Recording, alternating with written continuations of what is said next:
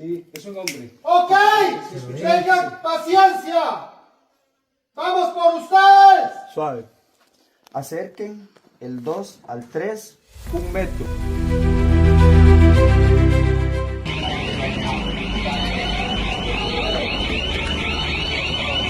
Vamos, rápido. Salga.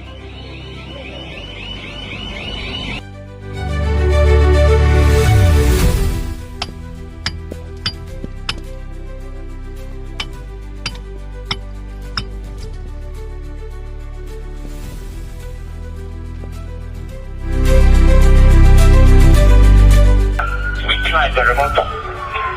Repito, nuestro personal de rescate ha logrado liberar a Hernán Gil en Venezuela, víctima del terremoto. En este momento trasladan al paciente al centro médico.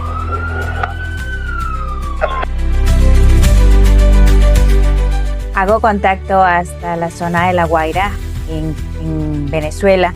Saludos, don Ricardo Arias, quien es coordinador de la Cruz Roja Costarricense, que se encuentra inclusive en las afueras de un hospital móvil que está instalado en La Guaira. Hola Carolina, un gusto saludarla. De verdad que sacamos un ratito importante para poder conversar en estos días que ha sido de mucho trabajo, pero un gusto. Aquí estamos a la orden desde la Cruz Roja Costarricense. Muchas gracias.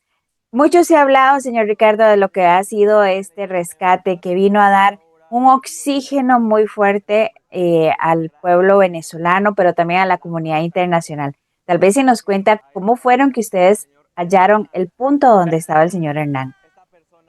Gracias Carolina. Bueno, esto ocurrió el día 28, precisamente hoy, hizo 8 días que estábamos viviendo ese momento. Estábamos cumpliendo una misión en 2 puntos diferentes, en Playa Grande de La Guaira, un sector, en una rotonda, en una panadería, donde había una panadería y que habían 3 personas sin signos vitales, y uno como a unos 200 metros de distancia, donde también había ocurrido un incidente y habían 2 personas sin signos vitales.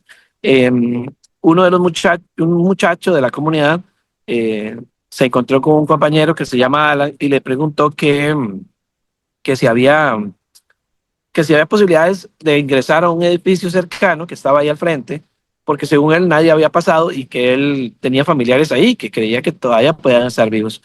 Entonces se ingresó y en el primer momento que se realizó el llamado y escucha, hubo respuesta. Él preguntó, ¿hay alguien aquí con vida? Y la respuesta inmediata fue sí.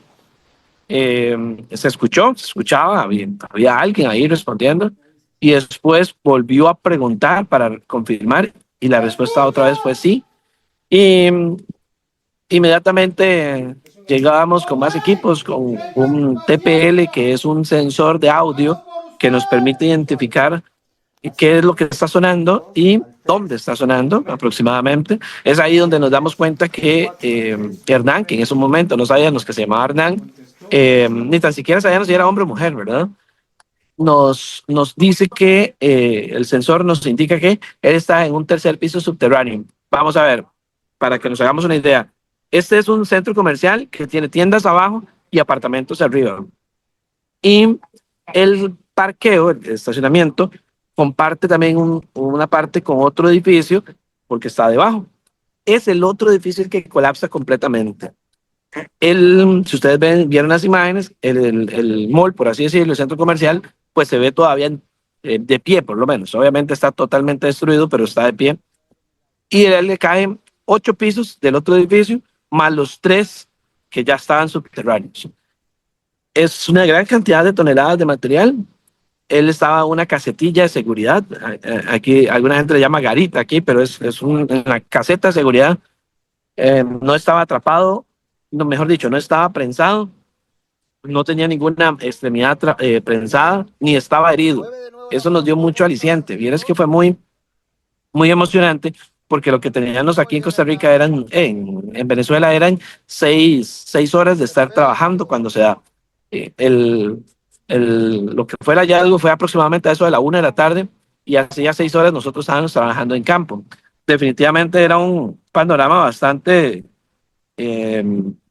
increíble, porque no podríamos imaginar que bueno, que eso nos estaba pasando, pero también era muy retador porque nos damos cuenta inmediatamente que este trabajo no lo íbamos a poder hacer solos. Superaba nuestras facultades, tanto técnicas como operativas, y definitivamente lo que hicimos es, aquí hay que buscar ayuda. El primer grupo que llegó analizó y se quedó con nosotros por aproximadamente unas 20 horas, no llegó al día completo. Y conforme iban llegando grupos, nos íbamos dando cuenta que aquello que estaba sucediendo iba a estar bastante complejo, porque Hernán estaba metido muy hacia adentro del límite de los escombros. Es decir, para ingresar o hay que llegar con un túnel bastante extenso o buscar alguna otra maniobra. Esto nos llenó también de fortaleza para decir, bueno, sí podemos con los demás equipos. Pero, Carolina, vieras que esto fue, ya que catalogamos una persona viva en ese edificio, fue como a la 1:30 de la tarde. Y conforme llegaban equipos internacionales, llegaban y decían, no, está muy complicado, es muy riesgoso, puede que muera un rescatista. Entonces se iban. Durante la noche y madrugada se hicieron jornadas, ¿verdad? Con los equipos que habían. Y el equipo nuestro salió como a las 3 de la mañana y iba a ingresar otro. Y el que tocaba a las 3 de la mañana ya no estaba, se había ido. Entonces nos fuimos a descansar un toquecito y a las 6 mencionábamos nosotros, bueno, ¿qué vamos a hacer? No hay alguien que nos colabore con la potencialidad que se necesita con equipo de rescate pesado, porque todo el mundo se está yendo, todo el mundo ya analizó la situación, vieron y notaron que era una situación sumamente riesgosa, un trabajo riesgoso, cosa que no está mal y no tenemos, digamos, no estamos achacando nada, porque están diciendo la verdad. Y al rato, si nosotros hubiéramos sido los segundos o los terceros o los cuartos en llegar a colaborar y vemos eso mismo, al rato también hubiéramos hecho lo mismo, ¿verdad? Nos hubiéramos ido, porque al final también hay que cuidar nuestra integridad. Pero para nosotros, que lo habíamos encontrado y que ya se había dado el contacto, que ya sabíamos que se llamaba Hernán, que tenía 43 años, ya sabíamos su peso, ya nos había dicho que era el guarda, ya nos había dicho que no le dijéramos nada a la familia. Entonces se generaba un apego, pues evidentemente distinto que cualquier otro grupo. La Cruz Roja Venezolana, como le mencioné hace un rato, es la que ha estado con nosotros durante todo el tiempo, desde antes que llegáramos a Venezuela, era la que nos colaboraba con el tema logístico y aquí ha estado de la mano con nosotros. Para continuar el tema, ¿verdad? Y ya darle final, ese día lunes a las 9 de la mañana llegó un grupo de Portugal, que estas personas de verdad que lo decíamos ayer, son una teja, son un grupo excelente, con un calor humano una vibra muy bonita, los jefes de ellos, y ellos son personas humildes que lo escuchan a uno. Y Don Warner, que es el director, les explicó, ellos trajeron un sensor de movimiento de más tecnología, que incluso puede captar los latidos de un corazón de una persona intrínseca en esa cantidad de material que había. Ellos nosotros ponemos a trabajar el de nosotros y ellos el de ellos juntos, y pues empatamos dónde suenan los latidos del corazón. Y entonces es cuando nos damos cuenta el lugar exacto. Ya sabíamos que era en el tercer piso hacia abajo, pero ahora sabemos más. Cuando terminan, el jefe de ellos le indica a Don Warner que se van a quedar, que qué hacemos. Entonces eso nos motivó mucho, porque ya no eran los 16, ya eran por lo menos unos 50. Y en eso el presidente de la Cruz Roja Venezolana contactó al grupo de El Salvador y ellos llegaron como a la 1:30, 2 de la tarde. Y por así decirlo, estos tres grupos, Costa Rica, Portugal y El Salvador, pues nunca se fueron hasta cuando ya sacamos a Hernán. Entonces fue muy gratificante. Los salvadoreños también, personas también muy humildes, centroamericanas, que venían a trabajar, a hacer lo que les dijéramos. Eso es bueno, porque en esto también hay que ser muy obediente. Y no sé si escuchabas en algún momento un audio que decía Don Wagner que había que saber cómo ayudar y qué hacer. Y ellos son demasiado obedientes y lo que decía él se hacía. ya después llegó Chile y llegó Estados Unidos, casi que muy parecidos de tiempo, y al final se montó una fuerza de tarea enorme, ¿verdad? Estamos hablando de que entre todos los grupos podían haber trabajado unos 300 rescatistas aproximadamente, y bueno, se fue alcanzando objetivos. Hubo momentos muy de angustia y de bajo ánimo, por así decirlo, de mucha preocupación, porque tuvimos al menos 3 alegronazos de burro, dirían los ticos, ¿verdad? Ajá. Esto porque teníamos la fe de rescatarlo antes, eso no lo vamos a obviar, y hubo un día que creíamos que ya lo íbamos a lograr. Le voy a contar, afuera la gente se preparó para recibirlo, se hizo las filas, los medios estaban listos, todos estábamos listos, no había razón alguna por la cual pensar que todo se iba a lograr, y a la hora se desprendió material y no se pudo. Y nosotros a las 4:30 de la mañana, un grupo, ¿verdad? No todos, porque siempre quedó alguien ahí, venían sumamente golpeados anímicamente, sin dormir, sin poder descansar, con una situación que es difícil, ¿verdad? Y que no se lograra, pues nos golpeó mucho.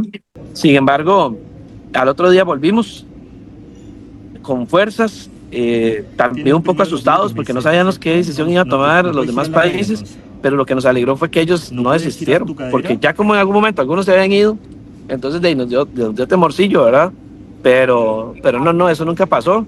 Más bien ellos comenzaron a trabajar en otra estrategia. Vale. Y bueno, Estados Unidos sumó muchísimo más personas y literalmente se avanzó muy rápido en esta otra estrategia. Y para comentarlo, y ya lo he hecho público, esa otra estrategia fue la que primero mencionamos nosotros, cuando llegamos. Nuestro arquitecto que anda aquí, que es voluntario, y Luis Ospino, y con los demás compañeros expertos, habíamos analizado que por donde se ingresó era el punto más cercano y más seguro dentro de lo que cabía, ¿verdad? Y pues por ahí fue donde decidieron también ingresar la vez que se logró rescatar. Entonces nosotros lo que decíamos aquí ya en grupo era que no éramos tan malos, que no somos tan malos, porque según nuestro análisis por ahí era donde había que empezar, por ahí era donde se tenía que iniciar, incluso con el primer grupo que llegó, por ahí se trabajó, pero al final no nos importaba por dónde fuera, el asunto era que se lograba. Al final fue por donde lo mencionamos, pero sí fue muy alegre el momento en que se alcanzó el objetivo. Don Ricardo, tengo entendido que por las estructuras de los edificios, porque hemos visto que hay edificios que han colapsado en su totalidad, otros parcialmente, otros han caído de diferentes formas. ¿Cómo fue este rescate? Porque muchas personas se preguntan que por qué, y a veces sin el conocimiento previo, que son ustedes los especialistas, que dicen a alguien, bueno, que agarre un taladro y empiece a taladrar. Tal vez si nos cuenta cuáles son esos detalles tan importantes para salvaguardar una vida en rescate y también la de los rescatistas. Gracias. Y es que vieras que, bueno, esa es una pregunta muy buena que me la hace Carolina, porque no hay nada como estar. Tal vez yo no sepa un montón de temas de rescate confinado, yo no soy especialista en eso, pero en espacios confinados, pero cuando ya usted llega y observa y usted dice, no, esto no está fácil, esto no es cómodo. Pero para comentarles así, que todo el mundo entienda de una manera fácil, nada más, imagínese usted meter en un carretillo lleno de material una caja de fósforos, y que ese material sean puras piedras como las de construcción, ¿verdad? Las que hacen para hacer mezcla, que son pequeñitas, y que usted para llegar a esa caja de fósforos que está en el puro fondo del carretillo, no puede tirar el carretillo y buscar la caja de fósforos, sino más bien ir quitando piedrita por piedrita, haciendo un ducto, metiendo un tubo, por ejemplo, en ese caso, para alcanzar esa caja de fósforos. Se vuelve súper técnico. ¿Por qué? Porque si yo quito una piedrita, la que está arriba me va a caer abajo. Entonces, ¿cómo hago para que cuando quite esa piedrita, la que está arriba no me caiga? es sumamente difícil. Hay que trabajar con técnica, hay que trabajar incluso con herramienta básica. Y ustedes vieron un video que yo mandé, donde están nuestros compañeros. En ese video estaba Gabriela, estaba Bolsen y estaba Minja. Joshua también estaban dentro del ducto, y lo que se escucha es el golpe de un cincel. Y dentro de la publicación que yo hice fue que cada golpe de cincel nos acercaba más a Hernán. ¿Por qué no se usaba herramienta de otro tipo? Porque la vibración podría ser que en cualquier momento 140 toneladas nos caigan encima. Y ya no sería solamente de Hernán, sino 4 rescatistas, en este caso 4 ticos.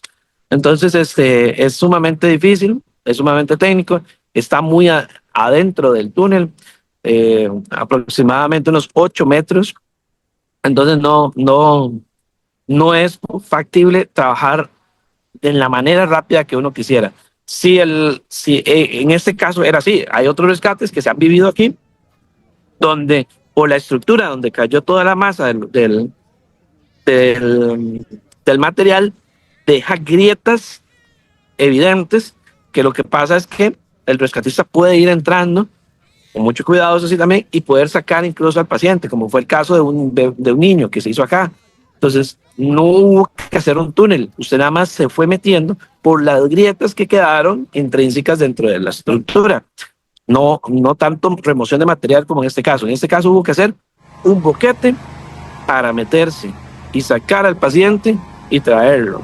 Entonces sí es sumamente técnico. Y no lo decimos no solamente la Cruz Roja Costarricense, lo dicen todos los grupos que por ahí pasaron, ¿verdad? Y muchos de estos grupos, como Estados Unidos y Chile, son grupos élite, certificados a nivel mundial, con el trabajo que tienen y la experiencia que tienen. Y salir de ahí, y hay videos, los vi ya después, que obviamente no tenía acceso a ellos, donde dicen los chilenos que nunca habían tenido un trabajo como este. Hay un muchacho que habla que con toda su experiencia que nunca había vivido un caso sin igual, ¿verdad? Entonces esto deja claro que nosotros no nos estamos enfrentando a un rescate típico o de los comunes que tal vez siempre tenemos o que comúnmente atendemos, sino era un caso mucho más peligroso. Ricardo, porque aquí fue, digamos, diferentes países unidos por salvar una vida. Entonces, tuvieron que hacer por el edificio de La Par una especie, por los escombros del edificio de La Par, como una especie de túnel para llegar hasta donde don Hernán. No fue por el edificio de La Par, al final fue por el mismo estacionamiento del parqueo, digamos, en el parqueo del centro comercial, por ahí. Bajamos al 3er piso y a partir de ahí comenzar a remover material para llegar donde está Hernán, teniendo todo el material encima, digámoslo así. Entonces no fue directamente por el edificio de La Par. Lo que sí fue que cuando nosotros ubicamos, Alan ubica a Hernán, lo hacemos por detrás, nosotros ingresamos por detrás. Habiéndose ya el análisis, decimos no, aquí es mejor irnos hacia adelante, y ahí fue cuando se hizo el trabajo desde el frente, y por eso los videos se ve como la entrada y se ve el rótulo que dice estacionamiento y demás, porque por ahí era más fácil acceder. Pero nosotros, es curioso, encontramos a Hernán por la ruta más larga. Entramos por atrás, caminamos más para llegar a él, y solo Dios, porque que Hernán estuviera despierto, que Alan llegara puramente al punto, que bajara y que gritara y que escuchara, es increíble. Y todavía más increíble porque hubo un grupo, según está marcado en el edificio afuera, que pasó el día anterior y marcó que no habían signos de vida. Entonces quiere decir que ya el edificio había sido pues revisado y nunca nadie respondió, ¿verdad? Entonces creo que todo se alineó para que fuera en su momento. Y escuchando ya, porque ya hay en Instagram me salen, y cada rato ahí hemos visto ya las reacciones de don Hernán en el hospital, y él dice que él escuchaba gente desde antes y que él gritaba y nadie lo escuchaba. Entonces, y muy probablemente esos que gritaban eran rescatistas o personas normales, horas después del terremoto. Y que hasta que llegó uno y me escuchó, dice él, y me escuchó y ya me preguntó. Entonces yo supe que me estaba escuchando, y eso sabemos nosotros, digamos. Es interesante, ¿verdad? Porque que no se diera antes y que él todavía aguantara, porque él estuvo prácticamente 4 días sin tomar y comer absolutamente nada, ¿verdad? Y eso también es un milagro. Y saber que está bien, cuando logramos introducir una sonda y darle hidratante y agua, y que él nos mencionara que ya había, al rato, que ya había orinado, también fue muy positivo porque mencionamos que entonces su sistema renal y digestivo está trabajando bien, ¿verdad? Entonces, que al menos en ese momento no se percibía un daño grave, ¿verdad? A nivel renal que suele suceder, ¿verdad? Porque el cuerpo comienza a agarrar, como no tiene comida, no tiene agua, comienza a agarrar de todo lado y generalmente lo que agarra es grasa para comenzar a lograr de sobrevivir, ¿verdad? Entonces, bueno, eso fue muy, muy bueno, que al final todo se conjugara, digamos. Se demuestra que los milagros todavía existen. Eso es lo que la prueba del trabajo que Dios hace y utilizándolos a ustedes como instrumentos para rescatar una vida. Pero también ustedes vivieron un momento de muchas tensiones, como es el hecho de que el edificio se movió 9 milímetros y esos 9 milímetros marcan la diferencia entre sepultar a los mismos rescatistas. Sí, yo le voy a contar y eso no lo he dicho en ningún lado. Y dijo el otro, igual de mi hermana se diera cuenta porque ella me preguntó que sí, que cómo fue ese momento porque estaba muy asustada. Yo tenía 1 minuto de haber salido del hueco. Eso se presentó así. Hay cambios de guardia, ¿verdad? De turno. Entonces, salía Portugal y entrábamos nosotros. De hecho, hay un video de 4 minutos que yo hice cuando vamos entrando. Nosotros entramos, yo les hago las tomas a los compañeros, ya están en temas de coordinación para que quién se meta al túnel, todo lo demás. Grabo un poquito, un par de fotos y yo subo. Llego a la calle y camino como 4 o 5 pasos es decir, por poquito a mí me toca salir corriendo también, al igual que todos mis compañeros. Bueno, no se dio, pero seguramente hubiera sido una historia todavía mayor de impactante como lo vivimos. Los que trabajamos en esto sabemos los significados de los pitos, de los silbatos, y uno siempre está atento a que si suena 3 veces, ¿verdad? Porque suena uno, es como, es diferente, suenan 2, es otro tema diferente, y pues cuando suenan 3, es evacuación. Se escucha 3, aquí en este momento donde estamos, aquí, en el hospital móvil, suenan 3 silbatos seguidos, hay que evacuar. Yo dejaría aquí esto botado y me voy. Algo va a pasar, hay algo, ahí está ocurriendo algo. Y ya uno sabe cuál es su centro, cuál es el lugar de evacuación, ¿verdad? Y yo me acuerdo que yo voy caminando y escucho 1, 2, y en escucho el tercero de una vez, yo me volteo, algo pasó, y comienza a sonar la sirena. Nosotros tenemos unos sensores aportados que nos dio la Comisión Nacional de Emergencias, y eran los encargados de eso, porque eran los únicos que lo teníamos, que permiten identificar si una estructura se mueve o no, así sean milímetros. Y están automáticas. Ellas identifican sonidos, usted las configura, usted le dice, mira, tiene una alarma si se movió tanto, y ellos emiten las alarmas. Ante ahí el riesgo es tanto, teníamos varios sensores colocados, los 2 nuestros y otros países demás, viendo otros edificios, configurados de la misma manera que si pasaba algo, ellos iban a emitir una alarma como cuando se roban un carro, pero mucho más fuerte, ¿verdad? Entonces, se activan los silbatos, yo me volteo, ya sé qué es lo que está pasando y comienza a sonar la alarma, que se escucha por doquier, suena durísimo eso. Entonces, ya comienzan a subir los rescatistas y uno siempre está preocupado por los de uno. Entonces ya suben y yo les digo, ¿qué fue lo que pasó? Y entonces me dice Alfredo, que es el que estaba con el sensor, me dice, mae, se movió 9 milímetros. 9 milímetros. Entonces quiere decir que se estaba bajando, ¿verdad? A los minutos ya se verifica que no pasó nada, se ingresa, se hace una inspección y pues con todo el riesgo se sigue, ¿verdad? Se sigue trabajando. Pero sí, eso pasó 2 veces, en 2 oportunidades. Hubo una que fue la que le menciono, que quedó documentada porque teníamos una bodycam y recortamos el video en la parte que sucedió. Y al final es parte de los riesgos que se tienen, ¿verdad? Eso puede caer en cualquier momento o incluso una réplica puede hacerlo caer, ¿verdad? Y una réplica no da chance de nada. Nosotros lo estábamos analizando en el briefing y se duró como 1 minuto 15 evacuando todas esas como 50 personas que estaban abajo. Entonces, lo que deja en evidencia es que es sumamente riesgoso el trabajo que ahí se realiza. Ricardo, ya para ir finalizando, para no quitarle más tiempo, que le agradezco mucho que hayan tomado de este tiempo tan importante para darme estas declaraciones. De acuerdo a su experiencia y lo que han vivido en otros terremotos, ¿qué experiencia o qué han logrado ustedes visualizar de estos dos potentes terremotos? Que la diferencia entre los dos fueron nada más 39 segundos y de ahí que el venezolano dice fue uno solo, pero muy extenso en el tiempo. Pero Carolina, mi experiencia en estos hechos es muy poca. De hecho, esto es mi primera experiencia, sí. Hay que recordar que yo, aunque soy socorrista y tengo cursos de rescate y demás, mis funciones incluso en esta operación es más de documentar y de informar como periodista que soy de la Cruz Roja, pero yo les decía a ellos, al menos conozco y sé y ayudo también todo, pero cuando usted ve compañeros que han ido a Haití, por ejemplo, que fueron a los terremotos de Haití o que fueron a los de México, y que le dicen a uno que esto no tiene comparación, que es extremadamente fuerte lo que aquí se vive, entonces uno dice, bueno, les creo, porque para mí ha sido impactante, para mí ha sido muy chocante lo que se ha vivido. Eh, es una destrucción masiva, total. Eh, Cuando estábamos entrando a este sector de La Guaira, uno,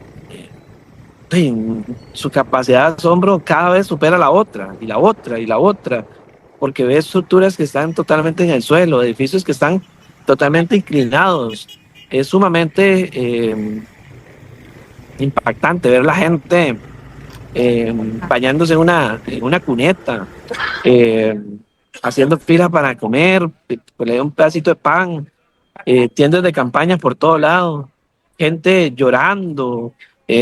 Cuando nosotros nos bajamos del carro, en esa esquina donde está la panadería que le decía que estábamos trabajando, se nos acercó un montón de gente y nos dijo, usted nos ayuda a rescatar a mi hija, a mi abuela, a mi mamá. Y entonces uno decía, ¿qué hacemos? ¿Para dónde agarramos? ¿Qué tenemos que hacer? Y llegó una señora y le dio al doctor una medallita y le dijo, sáqueme a mi hija. Entonces uno dice, se necesita ayuda y la gente no la está pasando bien. Es algo que lo decía ayer Minger, que cuando volvamos no podemos hacer de cuenta de que ya fuimos y ya venimos y todo bien. No, digamos, yo creo que nadie queda bien, nadie. Es mucho el dolor, Carolina, mucho el dolor. Hay gente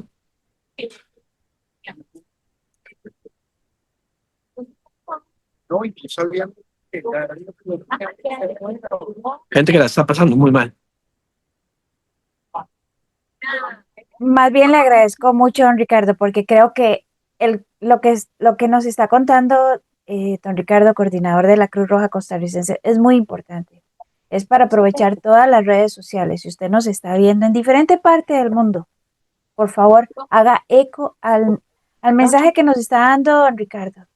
Hoy Venezuela necesita de nuestra ayuda. Venezuela necesita que nos evoquemos en ayudarlo. Busque usted los canales que usted quede de su conveniencia, pero por favor donemos. Porque lo que sucedió y lo que está sucediendo, porque no ha terminado en Venezuela, requiere de que todos nos pongamos la camisa vino tinto, como dicen ellos, de su selección, de los colores que ellos aman. Entonces, por favor, si usted tiene la oportunidad, yo voy a dejar en la descripción de este video las diferentes formas en que usted puede colaborar, pero por favor, hoy Venezuela nos necesita más.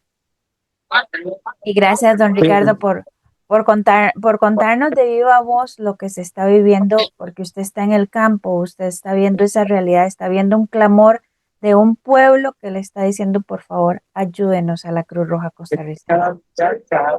Sí, es eso que dice usted. Definitivamente aquí se ocupa ayuda.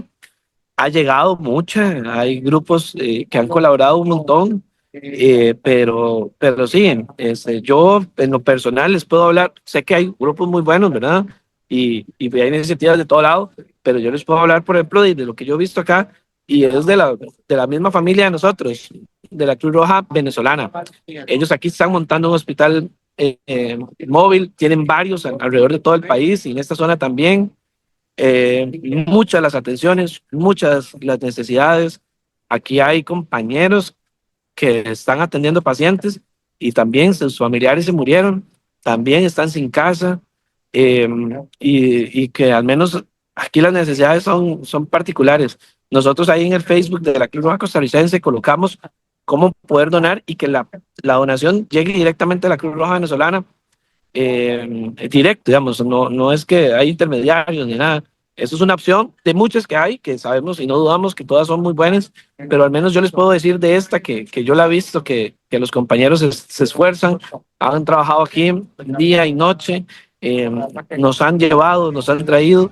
Tenemos un carro que es de la Cruz Roja venezolana y le pusimos una bandera. Ayer un periodista nos hizo una imagen lindísima, un video, y entonces uno dice, sí, es que aquí se necesita intervención para que la gente esté bien a través de organizaciones que hagan las cosas que están haciendo. Y bueno, la Cruz Roja venezolana es uno de los muchos ejemplos que hay, porque sí se nota que han estado pues trabajando mucho y tratando de hacer lo máximo posible. Don Luis Farías, que es su presidente, hay que ver el peso que tiene este hombre sobre los hombros, y lo digo el peso porque tiene muchas responsabilidades, y verlo cansado también es parte de ese dolor que también tiene la población y del esfuerzo que hacen acá para seguir adelante. Pero un saludo enorme también a los venezolanos. Esa gente es muy linda, todos ellos son muy lindos, nos ayudan, nos pasan, nos dan comida y siempre nos han tratado pues de lo mejor. Muchas gracias, don Ricardo, y creo que al regreso de ustedes van a traer no solo la gran experiencia que han adquirido aún más como personal especializado de la Cruz Roja, sino también van a traer ese clamor para que los costarricenses y diferentes partes del mundo que vean este video, que para eso son las redes sociales, también se vuelquen y, como dice usted, también apoyar a la Cruz Roja venezolana, que vamos a dejar aquí el link donde las personas pueden realizar sus donativos para que La Guaira, porque realmente la devastación es muy, muy grande, vuelva otra vez a reconstruir. Así es, más bien muchas gracias, Carolina, y un saludo a toda la gente que nos está viendo, y ojalá que esto sirva también para darnos cuenta lo lindo que es Costa Rica, y la cantidad de gente que ha colaborado, los grupos de rescate que tiene Costa Rica, porque bueno, aquí pues no hemos hablado de ellos, pero aquí están los bomberos también que han estado trabajando, y otros grupos que han colaborado de manera individual, y al final todos con una misma intención, que es salvar vidas, y en el caso de nosotros, además de eso, también aliviar el sufrimiento humano. Y creo que si algo hemos hecho, definitivamente lo que lo hemos hecho es con mucho amor y con mucho cariño para este pueblo. Muchas gracias. Acabo de conversar con don Ricardo Arias, coordinador de prensa de la Cruz Roja Costarricense, quien se encuentra en La Guaira en labores propias de la delegación costarricense, que todavía está trabajando bajo los escombros, buscando personas, llevando una voz de aliento como es la Cruz Roja Costarricense.